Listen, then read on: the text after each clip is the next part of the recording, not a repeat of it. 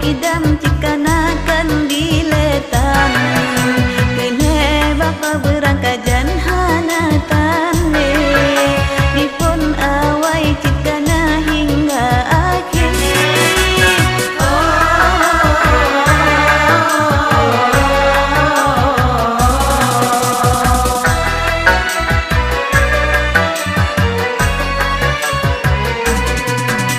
Mukhalafatuhu lil hawadis kepet hana saban pagi tanyangan penejer kelimang kiamuhu binafsi hana hajat tempat duduk ngan tempat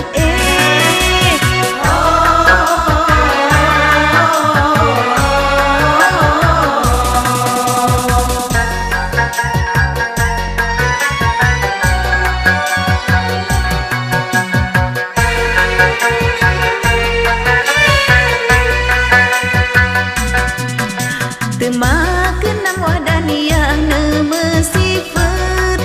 cik sidra pogetanya bukan lepet ketujuh nemesifat dengan kudrat dum alamnya drone pejet kuasa Allah dan iradah nemesifat yang ke-8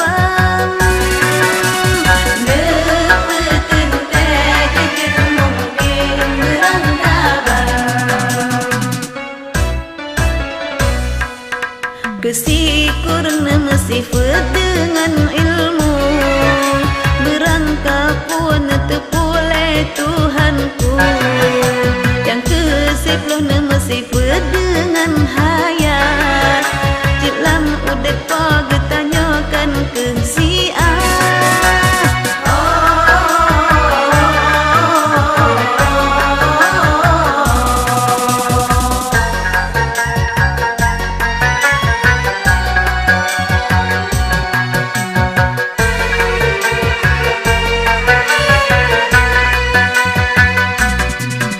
Sebelah nemesifat dengan sama dengan sugu tanya meski tak sah kedua dah dengan basar nemesifat dengan kalang betah dalam sepot-sepot dengan kalam nemesifat yang ke-11 menututan suara merupa ngan kadiron ketelah nemesifat kuasa netadum alamnya nepejet muridun kelimang belah batah hisab nepeten tajejet mungkin hana silap.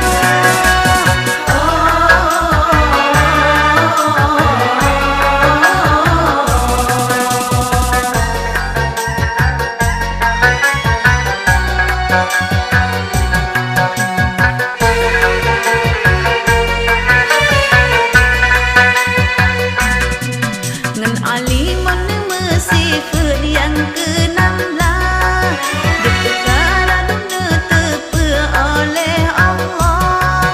ketujuhkan nemesifat dengan hayam kududek pogetanyakan meyopon kesanian ke-8 bata kira